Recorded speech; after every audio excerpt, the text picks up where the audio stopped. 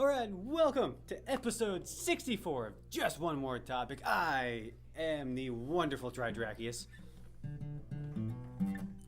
There's no need for that. And I am Tiborius.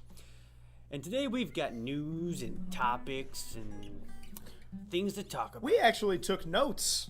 It's kind of crazy. We're sitting down, we've got notes. It's actually all in honor of Betty White's 92nd birthday. Yeah. Who knew that this building was so old? I'm sure they still got asbestos in Well, the while walls. this building is not old, the Betty White Institution is in fact that old. Yeah, well. I got a feeling that... I'm going to do this just all freaking episode, man. Yeah. All right, well, to start it off, those of you that haven't heard, big news for the international gaming scene.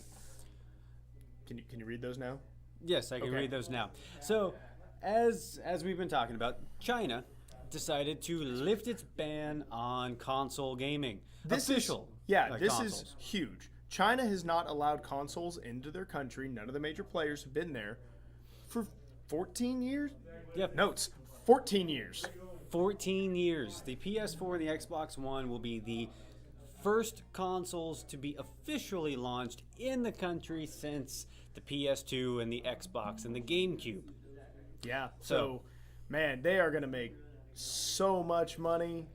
Like, seriously, I don't know what China's taxes are going to be like or if they're as crazy as Brazil's, but man, people are going to find a way. Well, and that's one thing that I was actually going to point out, or kind of pose a question of how is the country of China going to handle official hardware? As opposed to the third-party crap they make there. Well, I was going to say, and like, is it going to fall in line with how, just a couple episodes, old Tiborius was in Brazil and took pictures of all kinds of pricing and This stuff. It looked like this. And it was amazing. So I'm curious as to how China is going to handle it. Like, is it going to be fair? No. Or is it going to be corrupt as hell? That's where my money is. So, in China? You don't know about that. Oh, okay. Okay. Okay, fine. But yeah, so that really is big news. And while those of you in America, or maybe even hopefully our new Brazilian fans, it might not seem like as big of a deal, internationally for gaming, it's huge. One of the things we always talk about is money is what cultivates this very habit. I mean, hobby, not habit. Yeah, hobby. That we all have. Our funds perpetuate what the gaming industry is capable of. Them opening up to China means that you're not going to see that hike in game price, hopefully, that things are going to stay at kind of where they are at. I mean, you're talking about bringing 1 billion people potentially in revenue. That's huge. And, I mean, it's a whole new market for Sony, Microsoft, and I'm sure Nintendo. I can't wait to see the ads. Oh, those are going to be horrible.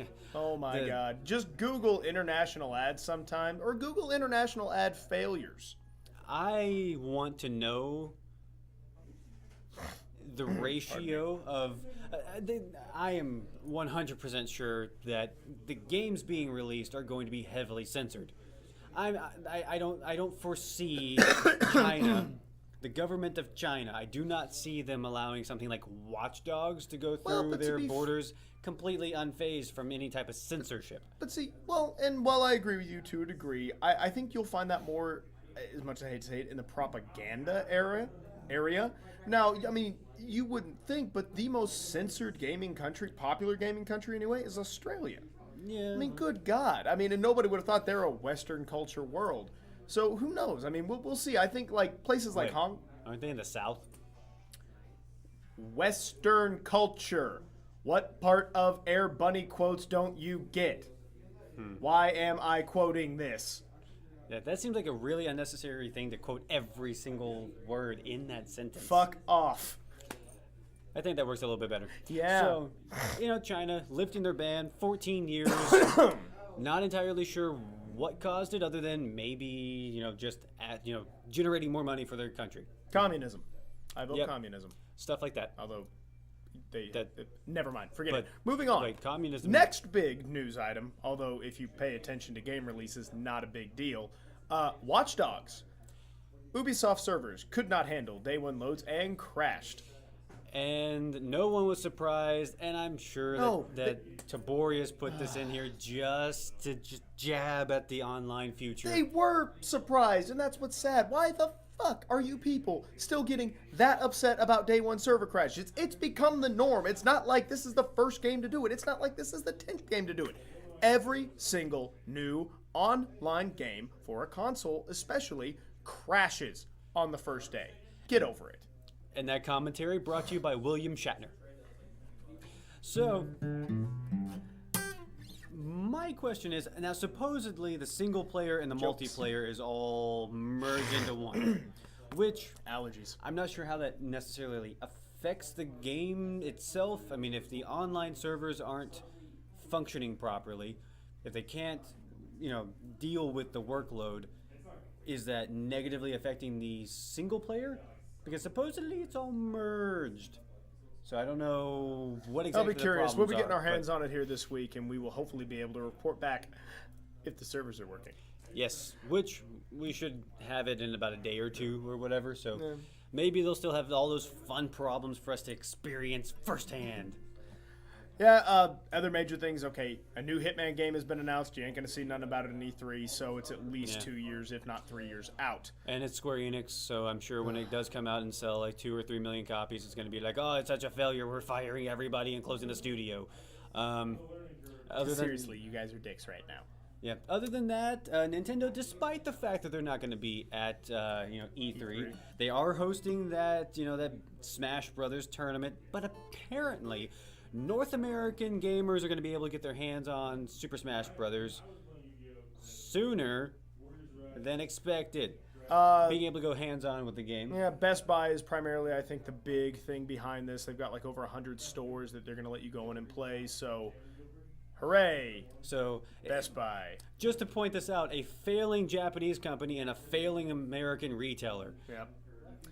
Now then, match made in heaven. And this is in there just because it's so funny to me. And I'm going to actually read to quote this. But the Microsoft CEO has no plans to spin off the Xbox business.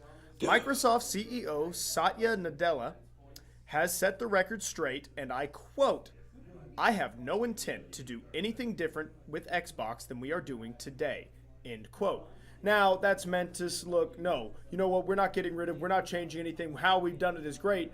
Also a really poor choice of words, because if you never do anything different than you do just today, that's really, I mean, you got to change, man. You got to adapt. And now you've just opened yourself up the minute, whether it's good or bad. You change anything. But you said you wouldn't, I mean, you're just opening it up. You're making our life easy, so thank you. But come on, man. Pick your words. You're a CEO of Microsoft. Get Microsoft Word. Bring back the little paperclip. It looks like you're trying to write a press release. Let me help you not sound stupid.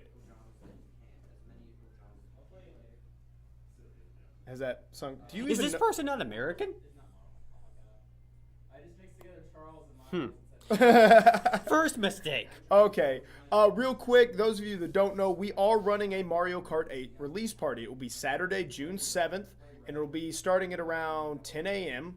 Our wonderful, wonderful arcade man, Lucas, is going to be hooking us up, and he's hosting. He's also known as Epic Beard Guy.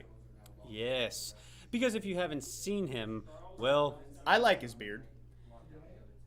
his beard is like out to Yeah, it's a pretty epic beard. and He's all- an inspiration to us all. Yeah. Then of course we have our upcoming E3 coverage gala affair, which will be beginning on Monday, gala. June 9th.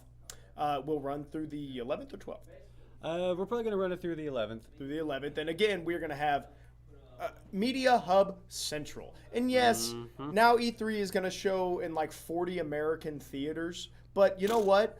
We're going to try to simulate somewhat of a theater experience, but we're going to have hands-on computers to check multiple different streams. We're going to have interviews going on. We're going to have trivia. We're just going to have a blast. It's going to be an E3 party, a gala. Exactly.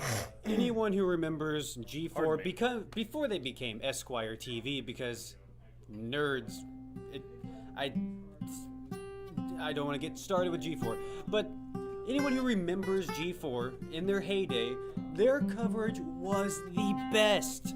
They were able to not only have all the interviews, but they had on-hand impressions of all the games that were at the E3 show floors.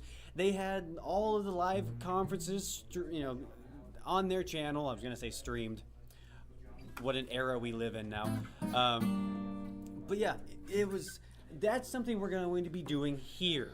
So the teleprompter seems to be broken. I have no idea what. We're also way over time, and also don't forget OVGE August 9th. But that's us for this week. Hope you enjoyed the different setup. I think we did. It was fun. I seem to be a little red. Yeah, maybe that's why. Nah, slappy. I'm Chardrakius, Tiborius. and we'll see you next week. Thing.